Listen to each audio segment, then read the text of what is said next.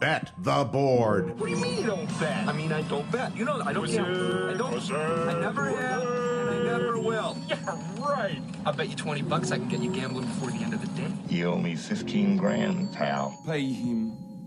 Pay that man his money. It's the Bet the Board podcast. God likes me. He really, really likes me. In the end, I wound up right back where I started.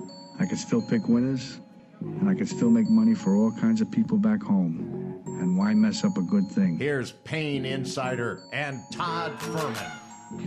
Welcome into the Bet the Board podcast, college football edition, week 8. And we had some good data points in the books last week, some high-profile programs stubbing their toe to say the least, and others very much on college football playoff life support. I'm your host, Todd Fuhrman, joined as always by my esteemed colleagues and co-hosts on this fine program, Brad Powers and Payne Insider. And gentlemen, how goes it? Payne, good to have you back in the mix this week, my friend. Boy, I enjoyed Tuesday off last week. We're going to have to do more of those. Yeah, nice luxury you're afforded while Brad and I are over here slaving over the data, trying to come up with best bets, break down what was arguably the best college football slate of the season. But we'll let you use the hurricane excuse. Yeah, I mean, barring catastrophic events for others, hopefully we get a bunch of those hurricanes that just miss everyone. Oh, Lord.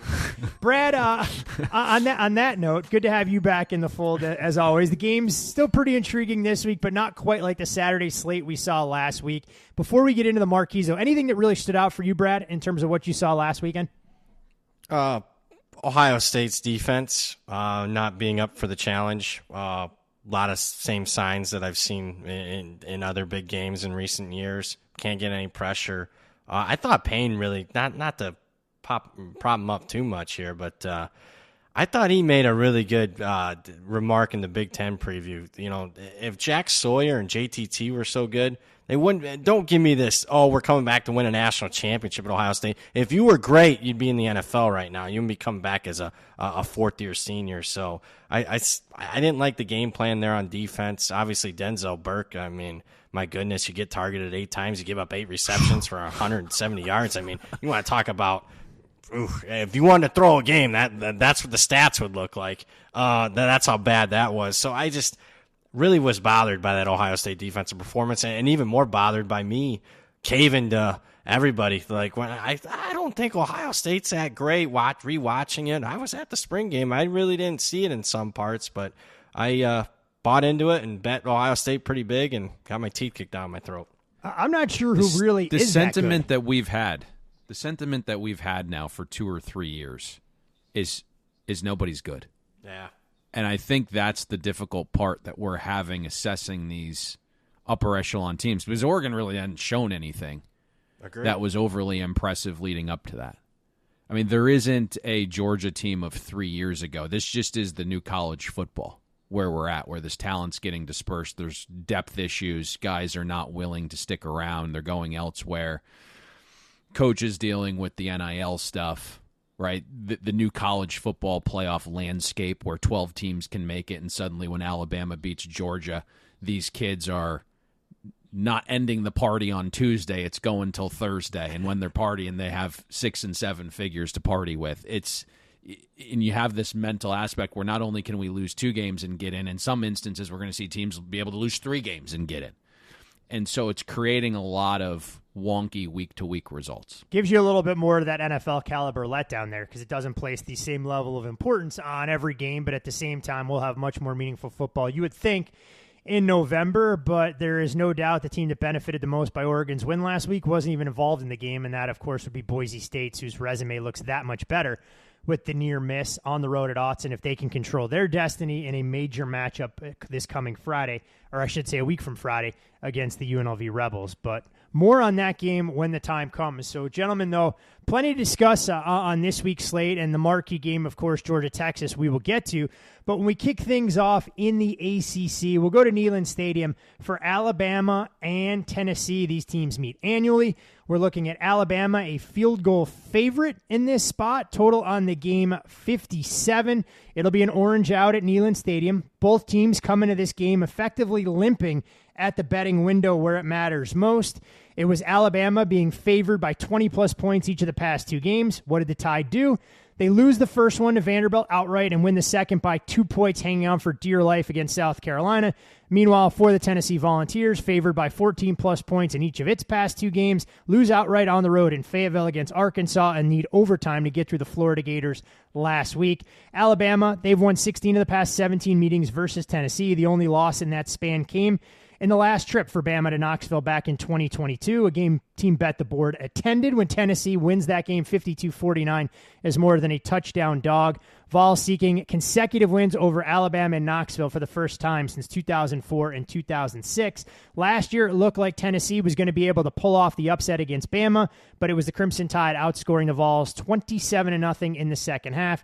You saw 20 points, 7 yards per play, and 220 yards in the first half from Joe Milton, turn into 0 points, 3.9 yards per play, and 129 yards of total offense. Kalen DeBoer has been outstanding in these games, 1-0 straight up in ATS when we're talking about AP-ranked opponents, Alabama's current form notwithstanding here. So, Brad, when we look at Alabama, we knew there were going to be questions about this team defensively, but we thought offensively they would continue to get better week after week after week. But the offense lacked some of that big play potential and punch after the opening drives against South Carolina before they bogged down. Now in steps a Tennessee defense that's actually been a strength of their team all season long. Unfortunately for the Vols, they're going to have to go into battle this week and for the remainder of the season without their leader at the linebacker position. Yeah, I think some of the, obviously the basic counting stats are still perfectly fine for Alabama, at least up to expectation. Number 8 in yards per play, number 4 in EPA rush, number 4 in early downs. Milroe is who we thought he was. I mean, 11.2 yards per attempt. One of the best deep ball throwers in the country, if not the best. Number 1 in the country in yards per attempt. Number 6 in weighted EPA per drop back for him. Ryan Williams, obviously number 1 in the country in yards per catch for him, averaging 25 yards per catch. Jam Miller's been fine at running back. However, you did touch on some things, outside of the game script against Georgia, outside of a little bit of the game script against South Carolina. It has not been a great look for this Alabama offense here since that first 20 minutes of the Georgia game. Off their worst game of the year as far as performance-wise, only 313 yards last week. And what were the issues? Well, I mean, same issues as what it's been the last couple of years for Alabama. Cannot protect Jalen Milroe. Allowed 4 sacks against a really good South Carolina defensive front last week. Outside of Proctor at tackle, their 4 lowest-graded starters on offense are all on the offensive line. Oh, yeah, by the way, Tennessee's strength on defense is their defensive front. And Tennessee's defense, obviously the basic counting stats, yards per play, yards per game, points per game, all in the top 5. Number 1 in EPA per rush, number 1 in early downs EPA, number 2 in defensive success rate. So basic counting stats and the more advanced analytics, I'll say Tennessee's great. But I will say this is by far the best offense that Tennessee's defense has faced. And you talk about similar trend line. I haven't been wowed by Tennessee's defense the last couple of games. Secondary was a concern coming in. They certainly haven't faced a very good passing offense yet. And a team like Arkansas throws for nearly 300 yards on you. And, that's, poor man's Jalen Milroe, to say the least, and Taylon Green. There's probably going to still be some opportunities for Alabama's offense if they can. They don't have to win the battle up front. But if they just hold their own a little bit, there's going to be some opportunities here for Jalen Milroe, obviously, to hit some big plays against this Tennessee secondary. And, oh, yeah, by the way, in the middle of the defense, Keelan Peely, their leading tackler, out for the season with an ACL. So Tim Banks, the defensive coordinator this week, basically you can't replace his leadership and his overall God-given ability. They're going to have to use multiple guys to replace Peely at that linebacker position.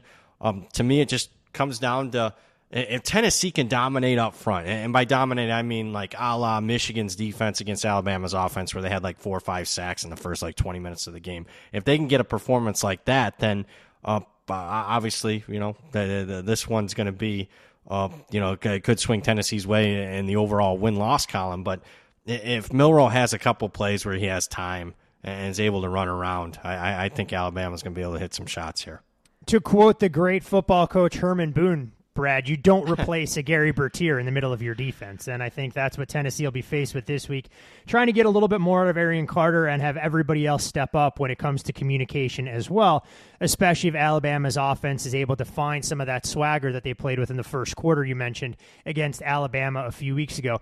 Now, Payne, on the other side of the ball, I think this is where this game gets to be that much more fascinating because Tennessee offensively has clearly struggled getting Nico to build that confidence, read and process as quickly as you like so the Tennessee offense can be playing downhill. Now, Josh Heupel did face Kane Womack's defense back in 2021. The personnel was a little bit different. Tennessee scored 60 on South Alabama, but Heupel, going through a little bit of crisis of confidence in his own right, scored 25 points or fewer in 3 straight games for the first time since Heupel took over for Tennessee. Maybe Alabama provides the perfect cure-all because if there's a team that loves to give up the explosive play, especially through the air, the Alabama Crimson Tide have been that team over the last couple weeks that has really struggled with the deep ball if Nico can build that back into his arsenal.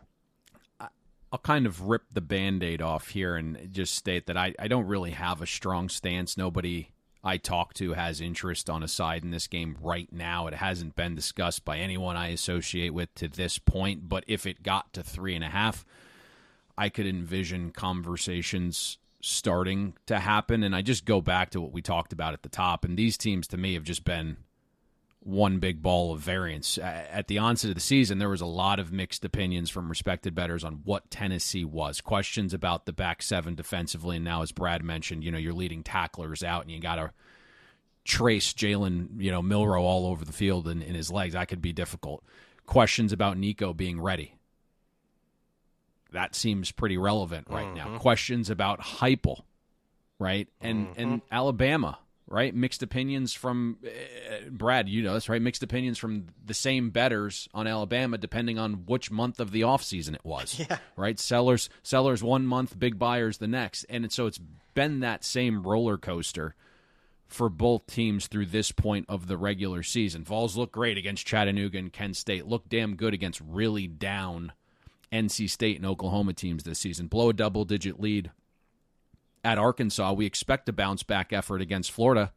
That wasn't the case. It was very lethargic. Could have lost that game. Should have lost that game. If Graham Mertz plays the entire game, where you're not getting doses of Lagway and then obviously the unfortunate knee injury, Florida goes in there and wins that game. Alabama beats up on Western Kentucky. Wisconsin's back up, barely escapes South Florida, plays 18 great minutes against Georgia, and everyone's ready to crown them. And then you lose at Vanderbilt. We expect a bounce-back effort against South Carolina. Not the case, right? Very lethargic again. So this is just the new age of college football. And so there's a lot of variance here. Looking specific at this side of the matchup, I think that's the perfect depiction, even as you introduce this. What is Nico going to be able to do? Right now he's holding on to the ball for probably more than he should. That in combination with tackles of Lance Hurd not being fully developed and playing through an injury at left tackle, John Campbell having his worst season in pass protection at right tackle has led to a ton of negative plays. Nico has been a pumpkin under pressure. The sack avoidance, especially when blitzed, is tragically bad. Penalties galore. Tennessee's outside the top 100 in penalties per game. Campbell and Hurd have 10 penalties combined. So there's been a lot of negative down and distances for this Vols offense. They've been extremely poor pass protecting in known passing situations, outside our top 90 in passing down sack rate allowed. And where the variance lies is exactly what you said. Alabama hasn't gotten to the quarterback in known passing situations. It's basically LT Overton and then Robinson in specific situations. That's it. Bama outside our top 80 in passing down sack rate. So something has to give there between the offensive line and defensive line when it comes to pressure. You have to attack Bama through the air with the explosive. They've played a schedule of offenses outside our top 80, and Bama's somehow top 50, outside our top 50 in EPA per pass surrendered. The problem is Nico has been extremely spotty hitting chunk and explosive passes, especially of late. If you just look for a full season, Nico's hitting 48% of his throws in the 10 to 19-yard window. 0 big-time throws, 3 turnover-worthy plays, 8 for 24 on throws 20-plus yards. The last 2 games against Arkansas and Florida, Nico is 10 for 28 on throws 10-plus yards with 1 big-time throw, 1 turnover-worthy throw.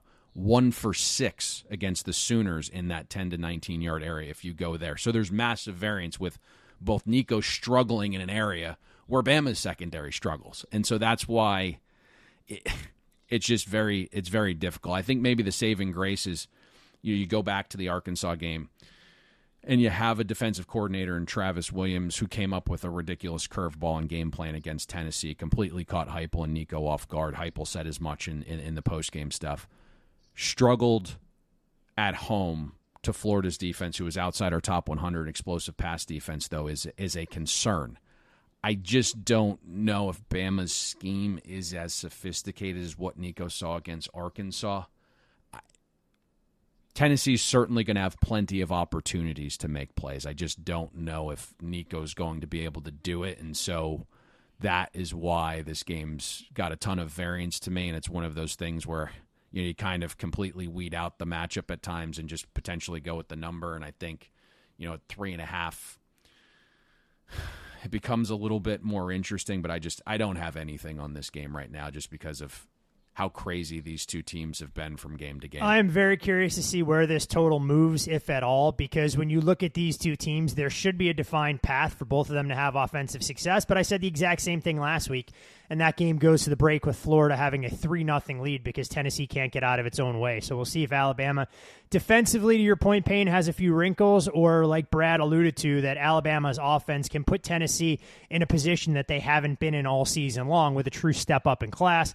The one counting stat number that stood out to me when breaking this game down, Alabama right now in terms of total defense, not adjusted for strength of schedule, 55th in the country. That leaves them one spot behind Vanderbilt, something I don't think any of us ever would have said with an Alabama football program and what we've grown accustomed to over the years.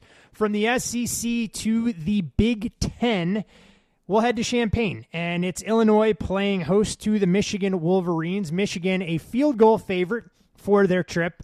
Total on the game, 43.5. It's up a touch from where it opened in that 41.5, 41 range. Michigan will face a ranked Illinois team for the first time since 2001, 12 meetings they've played since. Illinois will be donning one of the better uniform combinations this weekend. A little throwback to honor Illini great Red Grange. The helmets are outstanding. Encourage folks to check those out if they haven't already done so. Michigan looking to try and avoid a bit of history. They could become just the second reigning national champion in the past 30 years to lose 3 of their first 7 games, joining LSU back in 2020. Their loss to Washington heading into the bye snapped a 24-game conference win streak, which was the longest in program history. The problem for Michigan, we'll see if they can get it rectified, is they've been outscored by 13-plus points in the fourth quarter each of their past 2 games against Minnesota and Washington. They hadn't been outscored by 13-plus in the fourth quarter in their previous 49 games overall. They have the worst fourth quarter point differential amongst Big Ten teams so far this season. And Michigan, the players have said all the right things about getting it figured out during the bye and looking at this as a new lease on life.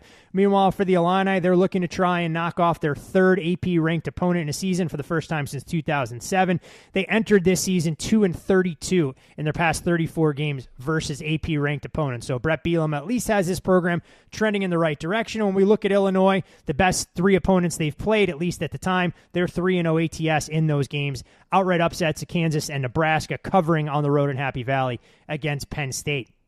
Brad, offensively, this Illini team, look, he's been in college for a while, but it appears the light bulb has finally gone on for Luke Altmaier. He's doing the things both with his legs and through the air that's made this Illini offense a little bit more versatile. The backfield, that's been hodgepodge in terms of trying to figure out who the leading back is going to be on a given week, but they do have a tandem of receivers that can challenge a Michigan defense, aside from Will Johnson and some of their rush ends, that leaves a little bit to be desired. When you look at the matchups for Luke Altmaier and company against this Michigan's defense that struggled at points, who, in your opinion, has the edge, and what are you most interested to see unfold on Saturday? Yeah, I give the edge to Michigan, obviously, particularly up front. I'll get into it in a bit, but I'll mention some positives on Illinois' offense. I mean, the basic counting stats aren't great. They're average, but that's actually okay with Illinois considering what they've had offensively the last few years. You mentioned it, the reason they've shown signs of being, functional is Luke Altmaier, 68%, only thrown one interception so far this season. He was a turnover machine last year, double-digit interceptions. He's number 29 in EPA per dropback. I don't think I would have had him in the top 30 at this point in the season if I was looking at preseason expectations. You mentioned a couple of underrated wideouts, Pat Bryant, and I thought a really under the radar transfer had happened in the summer. It was Zachary Franklin. Getting him, he leads the team with receptions. Pat Bryant leads the team in yards. So capable, functional 1-2 punch at wideout. You mentioned running back Fegan. I like the most. He's 250 pounds, but the problem is he missed last week's game. And as we're recording this on a Wednesday morning, not certain to play in this game. That would not be good news for Illinois. It makes them a little bit more one dimensional. There's been some inconsistencies. I go back to the Nebraska game. I love the play calling in that game. Obviously, I thought Lunny, the OC, got the better of the Nebraska OC or DC, who I really like. And a lot of it was short yardage situations, goal line situations, using the tight ends. One touchdown, he had Pat Bryant come out of the backfield. He was lined up in a running back position and threw him into the flat.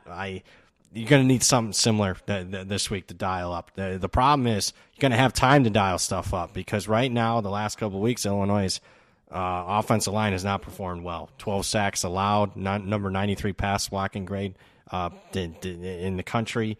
Their lowest graded players are all up front, and that's not good news when you go up against a Michigan defense that obviously their strength is up front. Mason Graham, Josiah Stewart, who's now a new captain, Rayshawn Benny, Derek Moore, Kenneth Grant.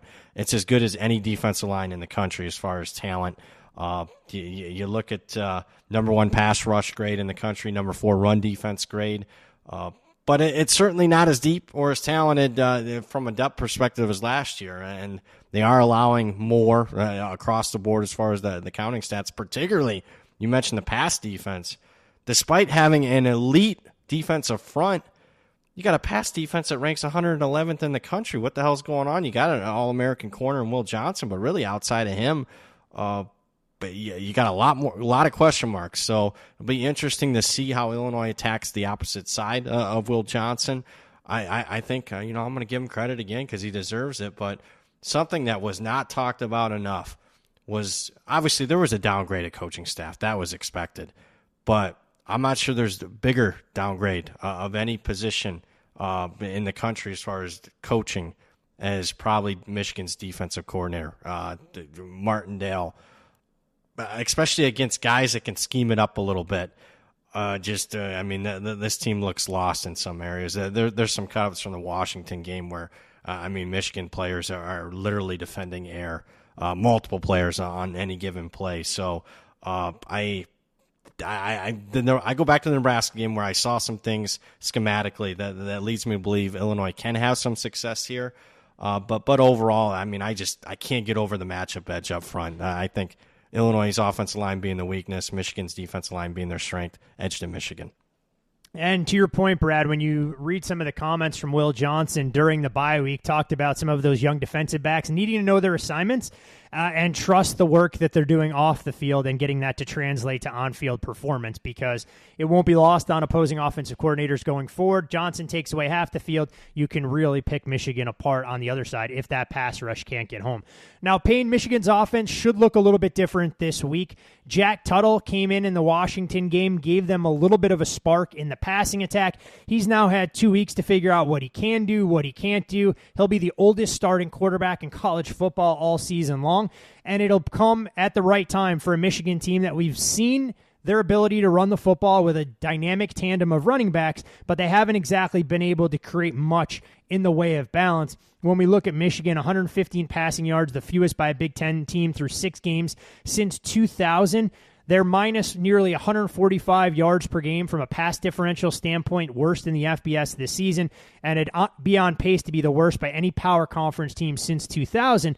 For Illinois making strides offensively, the defense had shown flashes of trending in the right direction, and then, of course, you see the 40-point explosion that the inept Purdue offense put on them last week in a game that Illinois should have had buttoned up and been easy to deliver. Michigan with Jack Tuttle should at least be able to provide a little bit more balance. Will it be enough to go out there and score in bunches against this Illini defense that's shown some vulnerability last week? I think that's maybe the right describing word here is Jack Tuttle gives Michigan's offense a chance to be competent. He's not great by any stretch, but he's a seventh-year guy that can manage a game, and I think he has the ability to play to a level where a defense has to at least prepare for the pass. And you mentioned Tuttle being thrown into the fire at Washington down 14-0. If you read the player quotes, all the linemen said that Tuttle provided not only a burst of energy, but a calmness as well. And Tuttle only had 4 practices all season before the Washington game.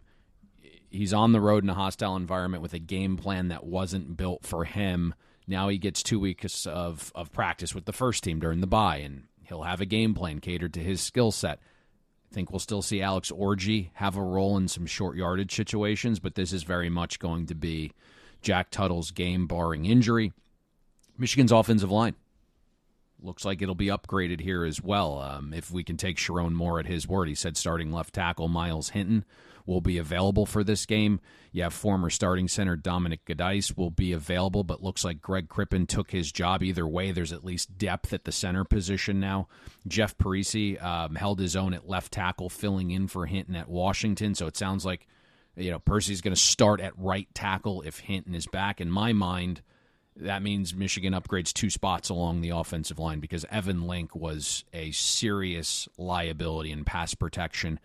Out of 843 qualifying offensive linemen in college football, it doesn't matter if it was tackles, guards, or centers, Evan Link graded out 840th in pass blocking at right tackle. That's what Michigan had. So I think you're going to get an upgrade there if Hinton is back at left tackle, sliding Jeff over to right.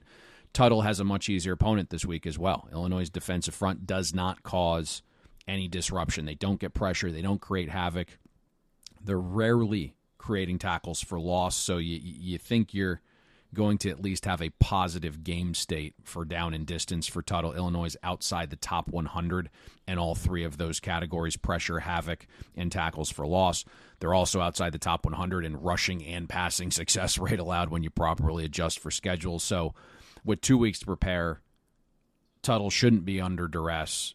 He should have a complementary run game with Mullings and Edwards. To me, if you said, hey, this is Michigan's best offensive output against a P4 team this season, it wouldn't be at all surprising. Well, we'll see what Michigan can provide because there is no doubt they have lacked any punch in the passing attack. There's a reason that Colson Loveland, the only player on the Michigan roster with more than 100 yards receiving so far this season, but Jack Tuttle gives them that opportunity to stretch the field a little bit. In the case of the 2024 Michigan Wolverines, stretching the field is throwing the football 6 yards downfield. Forcing some of those defensive players out of the box. Should be an interesting game to watch. Michigan had the luxury of coming in a little bit more well-rested, a chance to hit the reset button after Illinois had to go to overtime to dispatch Purdue as right around a 3-touchdown favorite in that spot. From the Big Ten, gents, we'll take a little trip to Northern California, the home of our non-Powers 5 game of the week. Sees Wyoming on the road in conference taking on the San Jose State Spartans. San Jose State, an 11.5-point favorite in the game. Total in this contest, 50.5. And Brad, I think you found a unique angle that you want to attack. It has a lot to do with changing coaching philosophies on both sidelines and a little bit of market perception that has created some betting opportunity. Yeah, so both teams have first-year head coaches. Obviously, Craig Bohl at Wyoming was there a decade. Wyoming, a dead under team under him for a better part of that decade. Even when they had Josh Allen at quarterback, I was not racing to bet overs in Wyoming games. This year's team's a little different, to say the least. They're running a little bit of tempo. I mean, when you're number 52 in the country at Wyoming in plays per minute, that's pretty significant from being, in the bottom 10 in most seasons as far as tempo. So much so that I think it's, given a little bit of value to the over this year, and it's 5-1 of the over their games so far this season. I think, the offense trend line's actually been pretty good the last couple of weeks. They're off their 2 best performances of the season. It was a really tough start. I mean, if you just said they were the worst, at least a bottom 5 offense in the country the first 3-4 games of the season, that was the case. They've actually looked functional the last couple of games. On the other side, San Jose State has a new coach. You might have heard of him. It's Ken Niumatalolo. I think people think because he was there for 15-plus years at Navy, you think option, you think running, you think the clock running. totally different this year. They're number 21 in tempo. He's running a wide open spread and shred offense. They're averaging 332 passing yards per game. A very different perception, the reality to perception for both of these teams. Don't have to worry about weather. 74 degrees, sunny, wind, 2.5 miles per hour. We're going over 50.5. Wyoming, Brad, San Jose State. One question I have with, in regards to San Jose State and what you've seen offensively from them. Emmett Brown started the year, looked the part against inferior foes, and then we've started to see a little bit more Walker Egat, and I apologize if I'm butchering his last name there, getting involved. Do we think Ken is making the move, or we're going to see both of these guys get reps, and if one's ineffective, he's not going to hesitate to have a quick hook? Yeah, I think you are seeing that. It was a very closely contested race all off season, so he's just trying to find, as it gets in the conference, trying to find who's best fit. I thought the way Emmett Brown started this season, I thought he would have been, fine, but, had a little bit of inaccuracies against Nevada a couple weeks ago. Yep, I was going to say that was the thing that was interesting, and it didn't appear that Emmett was thrilled being pulled out on the drive that turned out to be the difference in that game. And then Egat comes in last week, 22 of 30, 256. Doesn't throw a touchdown pass in the loss to Colorado State, but extremely efficient and accurate in that particular regard. Payne, I know San Jose State and Wyoming is what you live for on a college football Saturday, so before we go back into some of the Power 4 conferences, wasn't sure if you had anything you'd like to add. No, I agree with this. Actually, I was kicking myself for not playing the San Diego State-Wyoming over last week. Watched a little bit of that game just based upon what Brad said with the changing of the offense for Wyoming, and then we have had a pretty good read on San Diego State and thought that their offense could start trending a little bit better out of the bye, and it has the last few weeks. So having watched San Diego State-Wyoming, I like this one. Brad, I did not have Payne Insider San Diego State Aztec superfan on my 2024 college football bingo card this year. He's been asking about them more than a few times this year. To his credit, he has always had a special place in his coordinator pantheon for their now head coach at San Diego State and Sean Lewis, who he broke down extensively when Sean Lewis was given the job as offensive coordinator for Deion's first go-around in Boulder. So I can understand where some of that comes from. I concur. I love Sean Lewis as well, and what a disastrous move to demote him last year from Deion. That is no doubt the case. You can follow Brad on social media at BradPower7. You can follow Payne there as well at Payne Insider. I'm Todd Fuhrman. Follow me. But most importantly, as always, for all things Bet the Board podcast related, be sure to follow the show at Bet the Board Pod. And gents, from the West Coast between Wyoming and San Jose State to Fayetteville, Arkansas, where the Razorbacks, fresh off a bye in their own right, will welcome in traditional rival LSU. We've seen this game come off of the 2.5 more or less painted across the board here on a Wednesday morning. Total down a touch from the Pika market of 57 to 55, as these teams will do battle with the boot trophy on the line. LSU won last year 34-31, kicking a field goal in the waning seconds to get the W. Tigers 7-1 in the last 8 meetings, although Arkansas, they've been the beneficiary at the betting window, covering in 12 out of the last 17 meetings between these programs. LSU, they're seeking their best 7-game start since 2019, where they went on to win the national championship, seeking to start 3-0 in the SEC for the first time since 2019 as well, in the wake of their come-from-behind victory last weekend against Ole Miss. As far as Brian Kelly is concerned, 21-2 versus unranked teams with him at the helm. Losses were against Texas A&M in 2022 and against Florida State that same season. Lost 2 games when ranked in the AP top 10.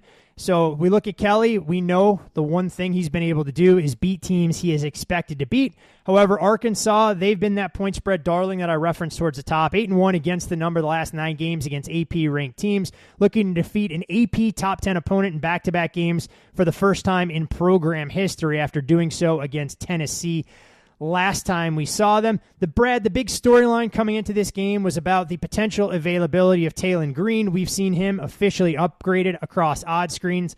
Had no touchdowns against Tennessee, but completed more than 70% of his passes, which was a season high. Didn't turn the football over and showed some of that big play potential that Arkansas thought they were getting under center. Matched up against an LSU defense that looks a little bit different, but has some nice pieces. And the one thing we've seen from LSU on a weekly basis, this team can get after the quarterback, led by Braden Swinson, whose 7 sacks have him tied for 5th best mark in the FBS and 25 pressures tied for 1st in the SEC. Arkansas offense, LSU defense, who has the edge, and how do you see this side of the ball unfolding Saturday in Fayetteville? Yeah, obviously dependent on health status of Taylor Green, quarterback for Arkansas, banged up at the end of the Tennessee game, didn't finish the upset. It was the backup that led the game-winning drive there. Early in the week, I didn't love Sam Pittman's comments on his Monday press conference. I mean, I thought it was going to be a pretty much slam dunk that Green would be back coming off the bye here. But he wasn't super confident. But let the market, if you're unsure, let the market tell you. It looks like he's going to be good to go and hopefully close to 100% if you're an Arkansas backer, like I am this week. Hint, hint there. For a multitude of reasons. So if he plays, I'm going to give the edge to Arkansas here. If he's less than 100%, gets banged up again, that's where LSU obviously can start teeing off with that pass rush. But this is an Arkansas offense that's improved significantly with Petrino calling the plays this year. 1.5 yards per play more than a year ago. 157 yards per game more. Touchdown more on average scoring. Number 25 in EPA per rush, having a mobile quarterback helps there. It also helps. Again, I've said this multiple times, but I thought one of the more underrated transfer pickups in the country was Jaquindon Jackson, at running back, 10 touchdowns this year. He also was banged up at the end of the Tennessee game, but looks like he can go here. They also have a true freshman running back in Braylon Russell, a 240-pounder. That was impressive in that final couple drives against Tennessee. He's expected to get more action as we, go along his freshman season down the stretch here. They certainly have some options at wide receiver. I really like Andrew Armstrong. He's their highest graded player on offense, over 500 yards already in the first half of the season. The offensive line is the concern here for Arkansas. They've allowed 14 sacks the last 5 games. And again, that's with a mobile quarterback running around. And you mentioned the strength of the LSU defense. We had concerns about the defensive front. But it was more on the interior. They have certainly answered questions on the edge, to say the least. You mentioned Swinson, 7 sacks for him already on the season, and this was an LSU defense, 0 sacks the first couple of games, 19 the last 4. Savion Jones on the other side of the ball that has 4.5 sacks on the season. It's an LSU defense that, look, I mean, the basic counting stats are not great. Yards per play, 86 in the country, yards per game, 76, but still an improvement over what they had a year ago, and that was the hope for LSU to have success this season. They were never going to be a top 50 defense. It's just, can they show some improvements? And obviously they have, and have gotten some critical stops in short yardage situations, especially obviously last week against Ole Miss. Zy Alexander at cornerback's been playing very well for them. Weeks at linebacker, tackling machine. I mean, he's on pace for 120 tackles this season. So they are, at least the eye test for me says they're getting better as the season progresses, which should be the case when you have a new defensive coordinator as they settle in the scheme. But again, it all comes down to this: if Green's healthy, can run around, especially off a bye, I look for Petrino to have a few things up his sleeve here. So the slight edge to Arkansas here. You'd have to think this Arkansas offense has not held things back, but to your point, Brad, will have a couple of wrinkles knowing the magnitude of this game, the extra time to prepare, and LSU needing to get themselves refocused after the impressive come-from-behind win last week at home. That was one of the more electric atmospheres you'll see in the way that they were able to snatch victory from the jaws of defeat. Mainly Payne because of what they had at quarterback in Garrett Nussmeier, who now leads the SEC in touchdown passes at 18. He's been sacked just twice in 254 dropbacks this season behind that fortress of an offensive line that has lived up to some of the preseason hype and expectations that all of us had.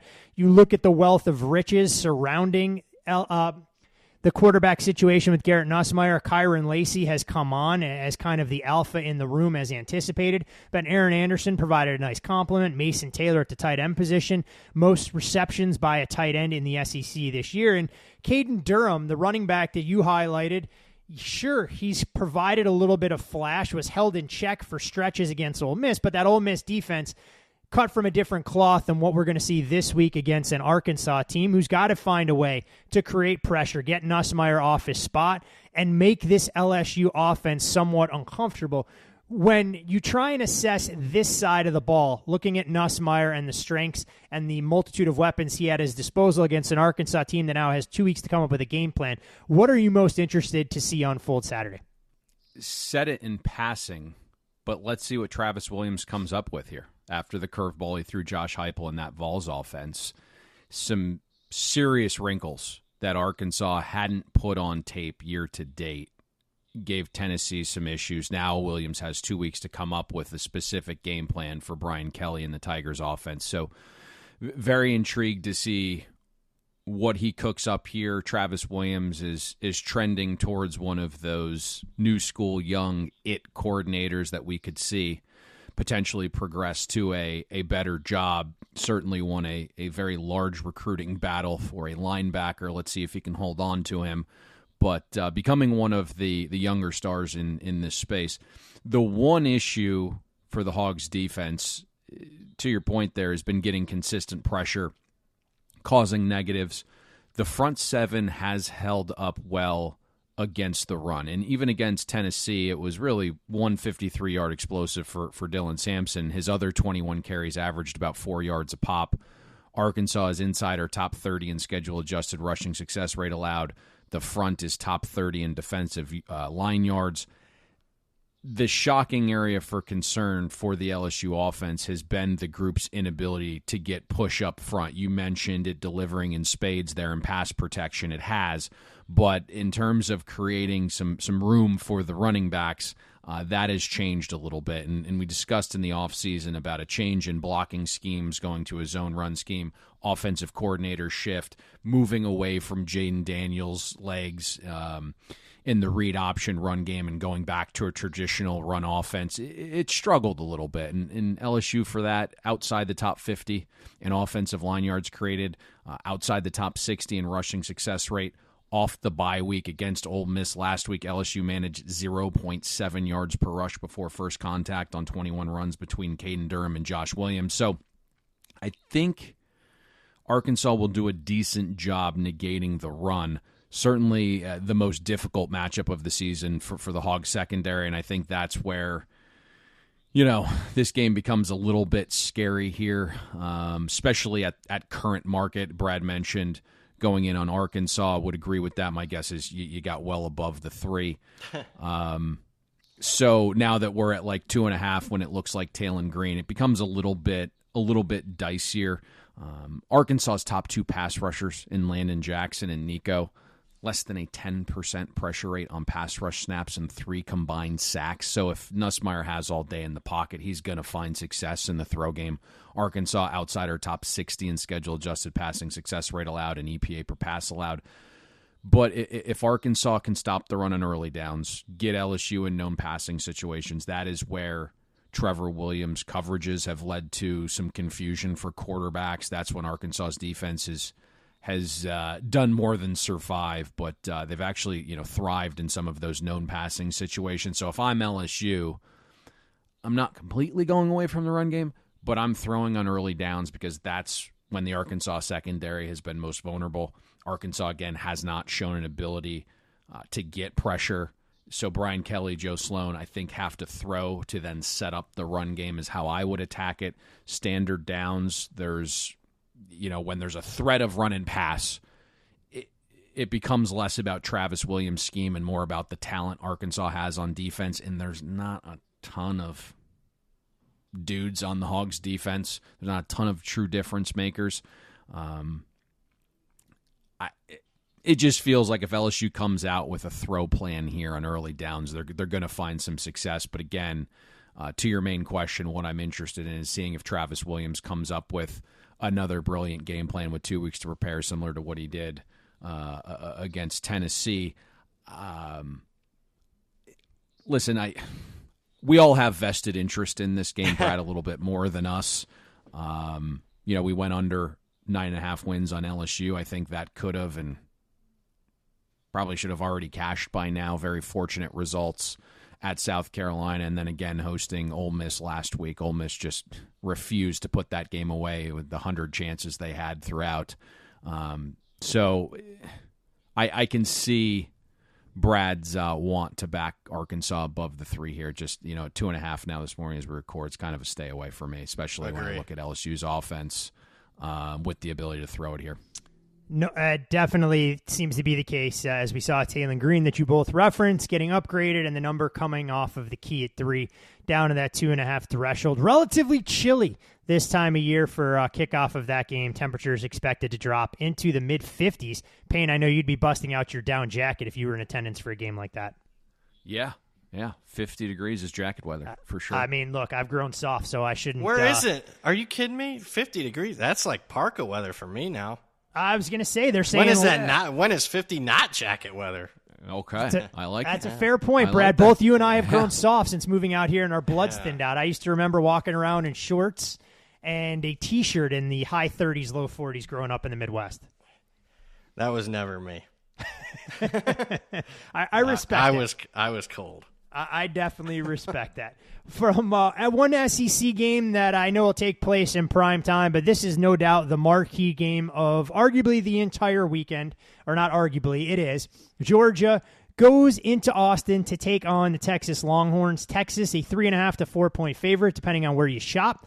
For this particular game, total on the contest sitting in the mid-50s, 55.5 on the low end, upwards of 56.5. Do shop around, depending on what side of the ledger you'll fall on here. And for Texas and Georgia, they'll be meeting in the regular season for the first time since 1958.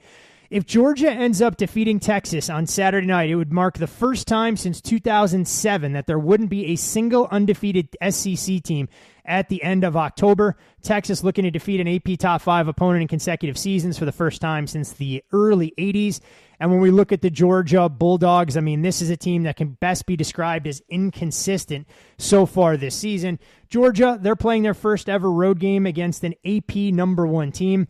They've won 6 of the last 7 games versus AP Top 5 teams since the 2021 College Football Playoff. In those contests, 42.6 points per game, a point per game differential north of 3 touchdowns, and more than 500 total yards of offense they've been able to generate. Meanwhile, for Georgia, 50 straight games versus non-Alabama teams that they've gone out there and won. Their last loss came back in 2020 against the number 8 ranked Florida Gators at the time. And we're going to see a bit of history as well. Georgia will be listed as an underdog, barring an unforeseen circumstance, for the first time since its 2021 season opener versus Clemson. It'll snap a streak of 49 straight games as a favorite. The next longest active FBS streak would be owned by Texas at just 18 games. As far as Texas is concerned, I mean, this is a group that leads the FBS in point-per-game differential. Best point-per-game differential through 6 games since 1915. They've won each of their first 6 games this year by 19-plus points for the first time since 1961. They've gone out there and been able to take care of inferior foes, highlighted by the dominant performance last week against the Oklahoma Sooners. Brad, Texas offensively, we thought we knew what we were getting out of this group coming into the year. They've dealt with a rash of injuries, and the backfield hasn't slowed them down. It's kind of that next man up mentality. But when we try and figure out what we're getting from the Texas offense against the Georgia defense, maybe more questions that still have to be answered by a Georgia defense that's been extremely vulnerable to the pass, the big play, and there was no greater illustration of that than what Mississippi State was able to do last Saturday in Athens. Yeah, it's stunning, to be quite frank, on the Georgia side of things. I will say, to me, I'm giving the edge to Texas. I just think they're the more trustworthy unit. I've seen, unlike what Payne's going to talk about, Texas's opposition leaves a lot to be desired so far, overall strength of opponents, but on their behalf, as far as the Texas offense, Michigan's a better defensive team than offensive team, bar none. Oklahoma, you could say this, the same. So they have faced some decent defenses so far this season, and let's be honest, when Sark gets in his bag, I mean, he's had the upper edge. Certainly Georgia's well coached on defense, but up front, does Georgia have a lot better players than Michigan's front, who Texas more than handled in that game? I don't think that's the case, so I'm going to give the edge to Texas here. I will say, speaking of injuries, there's more injuries for Texas. Isaiah Bond, their leading wide receiver, day-to-day with an ankle injury. He got hurt in the OU game, didn't return in that one. Ewer's injury, he was rusty. Let's just face it, for an early portion, the first 20 minutes of that game after missing the previous 2 games. Started looking better as the game wore on there for Texas last week. What they've been able to hang their hat on, And I think what's lived up to expectations and maybe even, exceeded them. A lot of expectations for this Texas offensive line. You can make a case that this has been the best offensive line in college football. Number 1 pass blocking grade in the country. Kelvin Banks at tackle, 35 pass block snaps last week, 0 pressures allowed. Weisner at running back is starting to emerge a little bit as a guy that they can rely on as far as big plays, 6.2 yards per carry. Speaking of big plays, they got one in a true freshman and Ryan Wingo at wide receiver. He's number 6 in the country, averaging 22.8 yards per catch. Gunnar Helm, at tight end.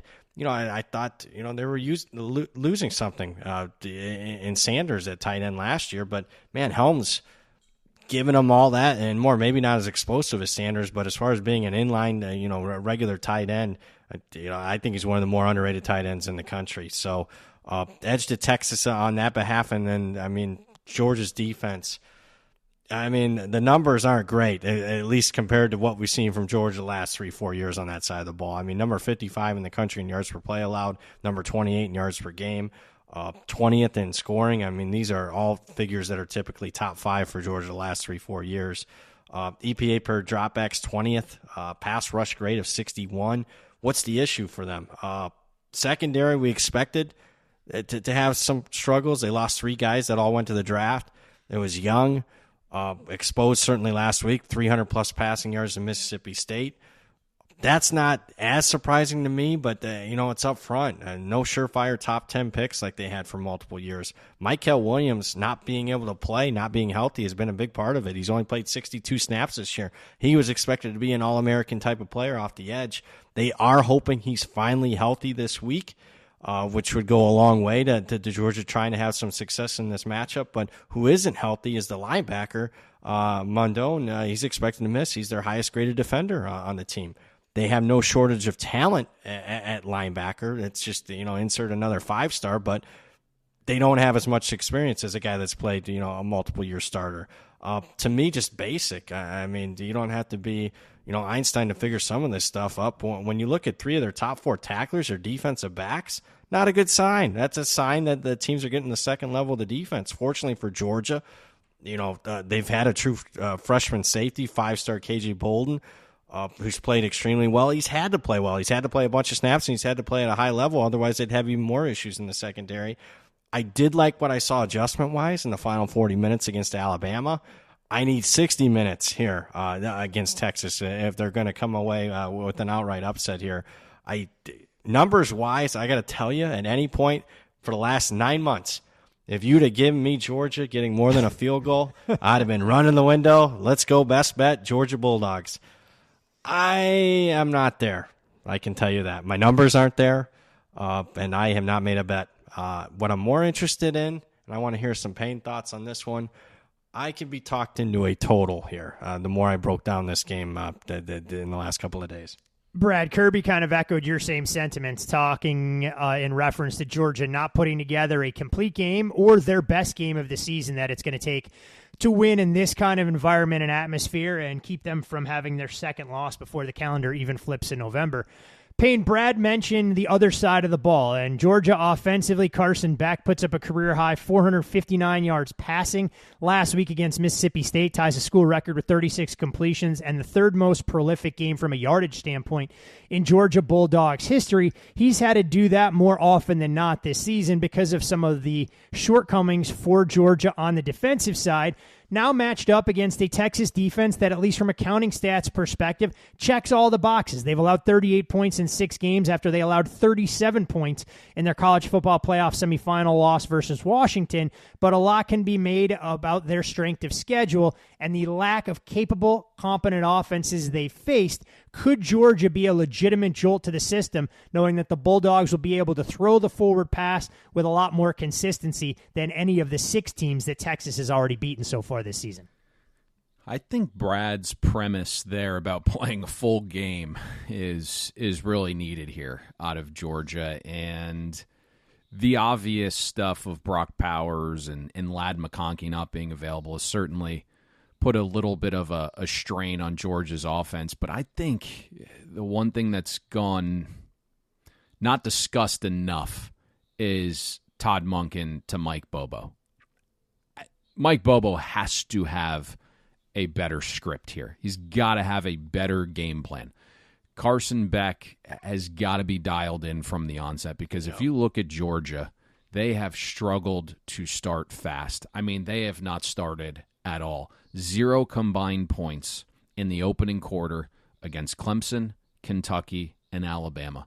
27% success rate in the first quarter versus Clemson. 23% success rate in the first quarter against Kentucky. 20% success rate in the first quarter against that Alabama defense. That's supposed to be script time. That's supposed to be the time of the game when your OC has spent the week coming up with the goods. And Mike Bobo and Beck have been horrific. So that has to change, because it's just going to be another situation where you're going to get down multiple scores and you're playing catch up. The Longhorns defense has obviously not been tested yet. Average efficiency rank of the 6 offense Texas have faced, 83rd. If you're just looking at total offense, 100th. 2 of the 6 offenses have benched the QB Texas faced because the staff believes there was a better option. The last 2 quarterbacks Texas has faced were backups to start the season and are 2 3-star true freshmen making their very first college football starts ever. So, metrically, situationally, the easiest starting path for a legitimate Power 4 contending defense in the entire country. And I do think the Longhorn secondary looks improved season over season, but there are certainly some unknowns. And within that, Texas is outside our top 40 in rushing success rate allowed, outside our top 40 in explosive pass defense.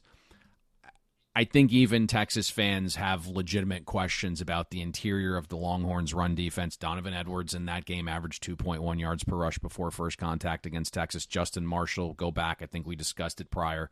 Colorado State's running back 1.9 yards per rush before first contact. Johnny Daniels for Mississippi State averaged over 5 a carry with 3 explosive runs against Texas.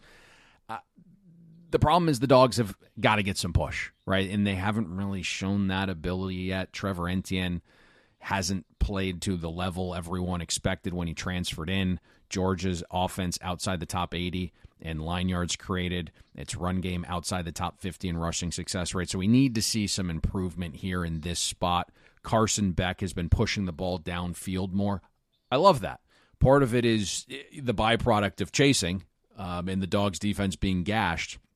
But if you look at Beck, graded out extremely well on throws 10-plus yards down the field, passer rating of 113 or greater in both the intermediate area and deep throws, but it's come with too many mistakes, nearly a 7% turnover-worthy play rate on throws 10-plus yards this season for Beck, so you got to clean that up. Just another weird game for me. It's just shocking we can be this far into the season and have so many damn questions about some of these teams. Like, will our preseason questions about the Longhorns defense show up here? Or are they're just a juggernaut? Can we get the second half Dogs offense against Clemson and Alabama for a full 60 here? Or is just Carson Beck and Mike Bobo going to trot out an inconsistent offense all season because there just isn't a clear and obvious go-to guy? And it just shocks me that these questions are still truly up for debate 6, 7, 8 weeks into the season. I haven't heard anyone I really respect taking a stance on the side in this game. It's very clear the public will be all over Texas. I do envision pro bettors sitting back at some point and saying, hey, Georgia closed a 2-point favorite at Alabama. I can get 4.5 on, at Texas. Maybe I'll throw an inconsequential dart throw on the Dogs at that price. And if this is the changing of the guard where Texas lets it be known they are the new SEC power and Kirby Smart's Dogs are kind of on the decline, so be it. But from a market perspective, that's how I think this plays out with the public on Texas, and pro bettors that elect to actually get involved just kind of toss out a small value bet on Georgia at some point at 4.5.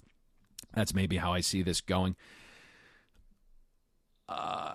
To your point there, Brad, on the total, certainly a discussion maybe for a different time. Would like to see if Isaiah Bond is good to go. Okay. That's the Todd, you said a lot with 3 words. No, I am very, very much alive. And when we look at Texas, I think both of you mentioning the injury to Isaiah Bond changes the dynamic of a Texas receiving room that's a little bit diminutive in size, and they're going to need to try and scheme ways to get those guys open against a Georgia secondary that was vulnerable to the big play, at least early on against Alabama. We'll see if they've been able to right some of those wrongs and solidify things on the back end to kind of lock it down. So, great game on paper, going to go a long way in terms of the college football playoff discussion. And if you're a Georgia Bulldogs fan, knowing that you still have games against Ole Miss and Tennessee, a win here would go a long way to allow you to sleep a little bit easier at night in terms of some of those postseason aspirations. Speaking of postseason aspirations, two programs that haven't had many of those in the past take center stage with an early kickoff in Bloomington, noon Eastern, where it's the Indiana Hoosiers, who I think for the first time in a long time make one of our big game breakdowns on this very fine program, and do so as nearly a touchdown favorite as they'll welcome in the Nebraska Cornhuskers. This total 50.5. We have seen some money early on come in on Indiana. Number opened as low as 4.5. Both teams well rested off the bye coming into this spot. And kudos to Curt Cignetti and what he's been able to accomplish in his first year at the helm, leading this Hoosiers bunch. Indiana has the distinction of being one of two programs in the FBS to date that has not trailed for a single solitary second in their first 6 games of the year, joining Army as that only other team. Texas was mentioned in the same breath, but they fell behind early against Oklahoma 3-0 before rattling off a boatload of unanswered points. As far as the environment and the atmosphere for the game this weekend, Memorial Stadium sold out for the homecoming weekend game. Fox's big noon kickoff will be in attendance there. Nebraska seeking their best 4-game start in the Big Ten since 2016. They do come in riding a 25-game losing streak versus top 25 teams. Last win came all the way back in 2016 against Oregon. Matt Rule on playing Indiana mentioned them having some good players before, but knows they've upgraded the overall roster and really bought into the new style and scheme of their first-year head coach. For Indiana, they're seeking to start 7-0 for the second time in program history, haven't done so since 1967. They've beaten all 6 opponents by 14-plus points this season. You look at the schedule, it may leave a lot to be desired, but this is also the longest streak of wins by 14-plus points for Indiana as a football program in their entire program's history, something that they haven't done all that often, winning comfortably and easy against FBS teams. Problem for Indiana, combined record of their opponents, just 14 wins between the collective. So questions that'll have to be answered as early as this weekend. Brad, offensively for Indiana, you watch a lot more MAC football than most. You clearly saw Curtis Rourke and some of his potential when he was taking snaps under center for Ohio. Stepping up in class hasn't been that big of an adjustment, at least just yet. 350-plus passing yards and 3 touchdowns plus in consecutive games. His 10.9 yards per attempt actually leads the Big Ten, has some nice weapons at his disposal against a Nebraska defense that'll get a player or two back. And while the counting stats look good, Nebraska's defense didn't acquit themselves all that well on a Friday night against Illinois, and I just can't seem to get that data point out of my head when they travel to Bloomington this weekend.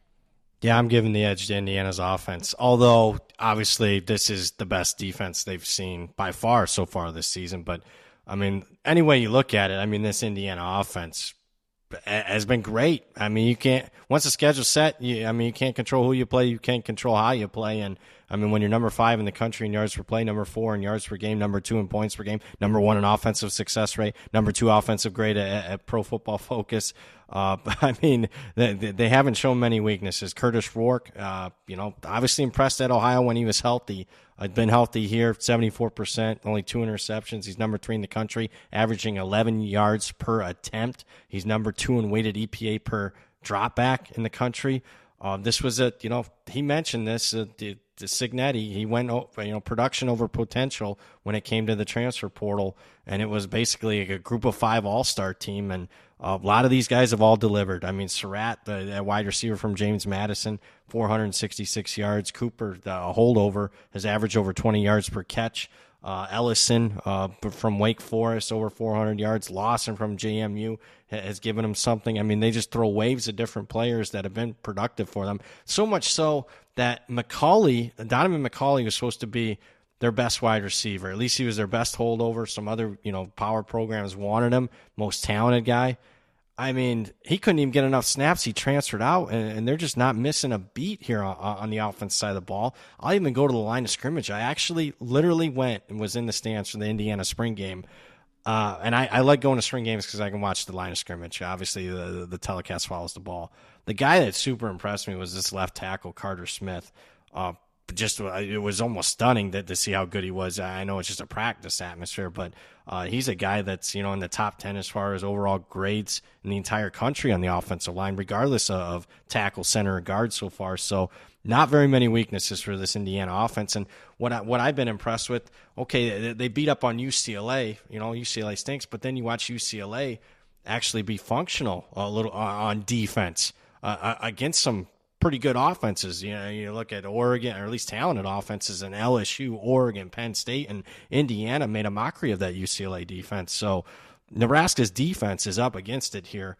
Yards per play, they've limited the big plays. They haven't faced very, very explosive offenses, but number 6 in the country in yards per play, EPA per rush in the top 20. Success rate in the top 25. I thought they did a good job against Colorado's pass offense, but the game script there, obviously got away from Colorado early. They're down multiple scores, so it was easy for them to tee off on Shedeur. You mentioned the data point that's tough to get out of my mind is that the Illinois game, where Illinois was a balanced offense, run and pass, had some elite schemes there, and I just think Indiana's more talented and has better offensive coaching staff. So I like some bits and pieces. I certainly like their 2 defensive tackles, Nash Hutmacher and Ty Robinson. A lot of experience, and they give you some pass rush on that interior of the defensive line. They got 6 sacks already. Guys that have been leaders and lived up to expectations. But I just, to me, good offense beats good defense in today's day and age of college football. And even though they haven't played anybody yet, this could be a really, really good, really, really good offense in Indiana. Payne, can Nebraska match Indiana score for score in this spot as far as Nebraska offensively? Dylan Raiola, clearly the engine driving this car, hasn't been great over the last 2 games, but I think both of those marred by playing in inclement weather on the road in West Lafayette against Purdue and in gale force winds at home against Rutgers in a game that Nebraska was able to grind out a 14-7 win. From a pure counting stats standpoint, nothing really blows you away. We know Matt Rule wants to try and establish the ground game, and that running offense has left a little bit to be desired, to say the least. Indiana, to Brad's point, when you assess how this group has performed offensively, again, you caught that. I know. Good for you. I know you Good caught for that. You. Good for you.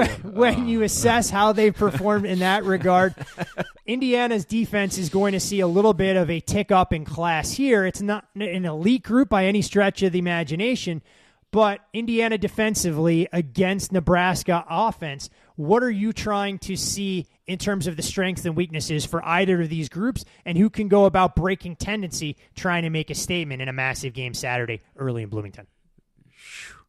Only 3 people knew that was what that was about. Little inside joke. So very clear.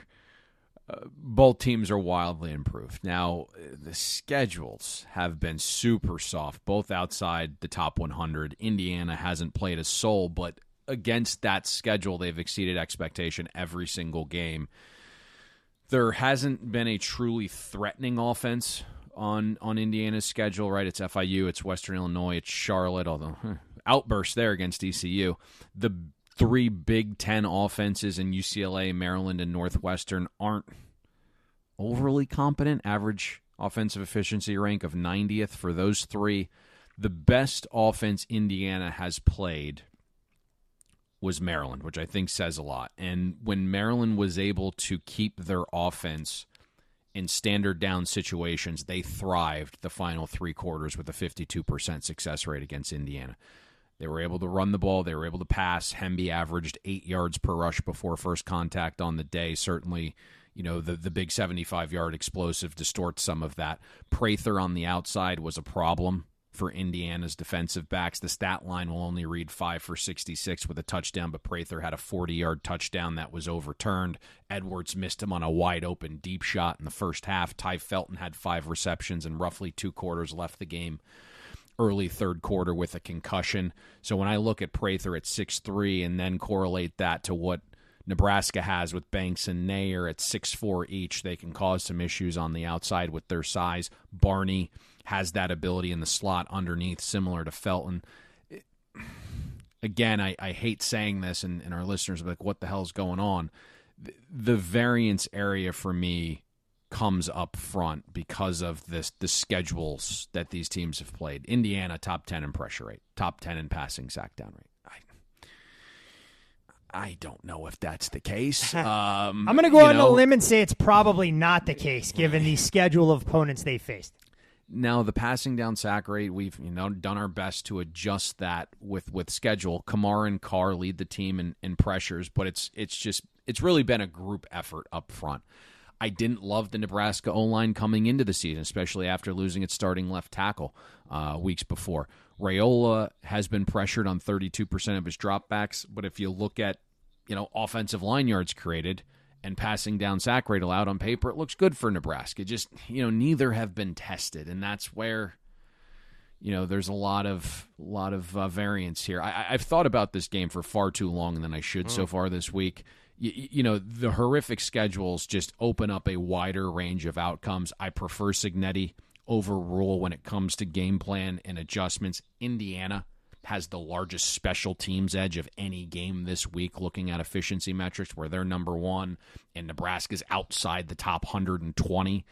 The ghost of Scott Frost still remains in Lincoln, Nebraska. We don't usually talk about special teams a ton, but when you're kind of looking for something in a game like this, that is the largest special teams delta of the entire college football slate. Games like this, I'm a little bit more focused on power rating. Other games, you can feel a little more comfortable at times floating, outside your number because of information or matchup or one team being tested and the other hasn't. Injuries. This game, what I kind of keep coming back to is price. And multiple respected groups were running over men, women, and children to back Maryland at 7 at Indiana. Nebraska is a substantial favorite on a neutral over Maryland right now, and so if this got to 7, it's just... It did, and it got buyback. It hasn't lasted long when it gets to 7. It's difficult not to just a little dabble there at 7, but just nothing for me at this point on this game. But to your point, every time a 7 flashes, it gets bought up with Just looking at the rating, it's tough to get to that number. Brad, final word to you on this game, and it's more anecdotal and narrative-driven than anything else. When you assess and gauge games like this, trying to figure out Nebraska and Indiana, more so on the Indiana side, with a giant target on their back, a little bit of uncharted waters. We've seen James Madison under Kirk Cignetti have mixed results in these type of spots. Much easier to be the underdog coming in here, playing loose and free, and the weight of expectations, having 2 weeks of build-up for an Indiana team that I don't think most expected to be 6-0 coming into this game. Does that work against them typically in this particular spot? Yeah, I call it old school handicapping, but I like playing against outliers and, and the whole narrative of going from hunter to hunted. I know that the example you're bringing up is, JMU had College Game Day. They're unbeaten, didn't handle it, lose outright to App State.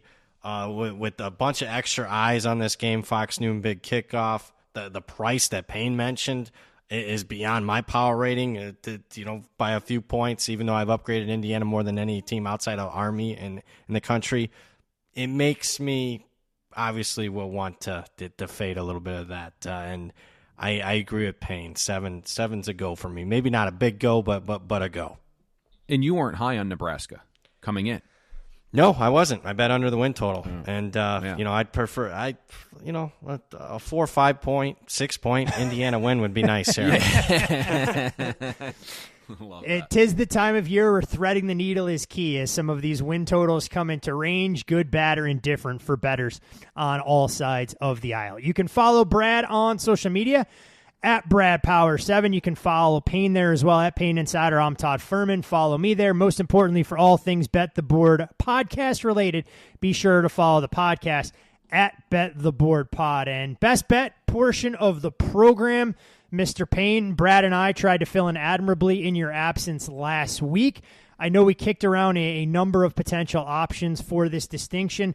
Wasn't sure if we'd had an official brainstorm get hit by a bolt of lightning in terms of the desired direction here. Well, we had two options, and one is just price related. The other, has some more factors in it. So, listen, I think this is, from my understanding, going to come in. It's not the optimal number. It's not the greatest price in the world. But let's go with 339 Kentucky. It's pick -1. Search for some pick. If you have to go money line, Pinnacle's dealing -112 right now. We're calling it pick for official grading, not calling it -1. -112 is out there in the money line if you have to go that way. So for me, when I look at this, I'm just not fully convinced about this Florida defense. And then I think when you look at what Kentucky's front seven has the ability to do with a question mark along that Florida offensive line, and then you start parsing out DJ Lagway's metrics specific to all games, not Samford. He's actually played below replacement level. And so it just feels like a good spot here for a veteran-led defense. Stoops usually has some nice wrinkles for a young quarterback. And again, just remove the Samford data point, and you start wondering if this spot maybe is a little bit too much for DJ Lagway. Are you allowed to take shots at the college football program known as Samford, given what they provided for Florida State and the stability for the greatest head coach in Florida State football history? It's not shots. It's just data. That's it. All right. I just wanted to make sure. Metrics remove the emotions. Okay, that's fair enough. I just wasn't sure. That's the goal. That's the goal of them. Understand complete. BP, any thoughts on the Kentucky-Florida game from you as well? I am involved. Significantly so. I'm involved. Yeah. Like that. Okay, there we go. Involvement is good. That's what we like around here. Community effort to try and get this thing across the finish line. So the Kentucky Wildcats in a bit of a bounce-back spot, a role that they're much more comfortable in as well. A game hovering right around pick'em, as we mentioned, compared to a double-digit favorite where they faltered last week against the Vanderbilt Commodores at home. All right, gentlemen, another fine show from the two of you. Covered and traversed the college football landscape for what should be another outstanding slate as we still try and identify some of these data points for the top 10 teams that'll get tested, most notably Texas on the defensive side against Georgia, but other teams trying to bolster their resume and avoid the dreaded letdowns that we've seen across the college football landscape all season. So for Payne Insider and Brad Powers, I'm Todd Fuhrman. Best of luck with all of your college football Week 8 investments, whether they come on the weeknights or the weekend, but most importantly, with a Kentucky Wildcats ticket in that portfolio. We'll see you at the window. We hope you enjoyed listening to this episode of Bet the Board. Make sure you follow Todd and Payne on X. Todd is at Todd Fuhrman. That's TODDFUHRMAN. And Payne is at Payne Insider. That's PAYNEINSIDER. Don't forget, our weekly newsletter comes with an additional best bet. Have that delivered to your inbox by clicking the link atop the podcast show notes. And most importantly, subscribe and download Bet the Board. We're on Apple, Spotify, Amazon Wondery, YouTube, Google Podcasts, and all your other major platforms.